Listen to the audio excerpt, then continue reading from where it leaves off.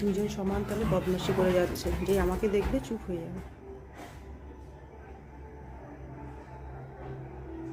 থামলি কেন? কর, বদমাশিটা কর, আবার কর।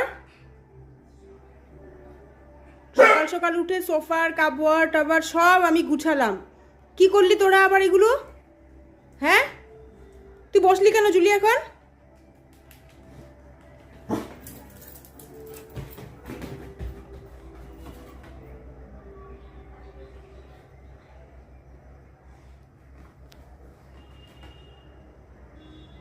শান্ত হয়ে গেছিস না? কিছু জানিস না, কিছু করিস নি এত সময়। আর তুই কোথায় লুকাচ্ছিস? কোন চিপাতে লুকাচ্ছিস তুই এখন?